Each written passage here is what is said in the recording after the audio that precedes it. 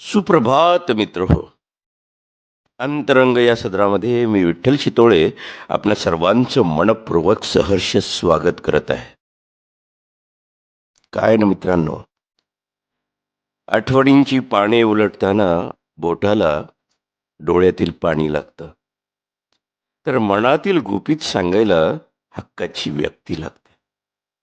देव पावतो की नाही माहीत नाही, पण चुकीच्या माणसापुढे जोडलेल्या हातापेक्षा देवापुढे जोडलेले हात जास्त बळकट बनतात. अज्ञानी माणूस चुका लपवून मोठा होण्याचा प्रयत्न करतो, तर ज्ञानी माणूस चुका सुधारून मोठा होण्याचा प्रयत्न करतो. आयुष्यात नेहमीच सुखासाठी धडपड करायलाच हवी, पण त्या सुखाला कुठेतरी समाधानाची सीमा देखील असायला हवी.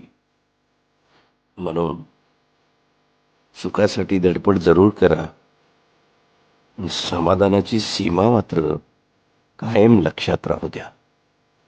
हेच खरं जीवनाचं गुपित आहे.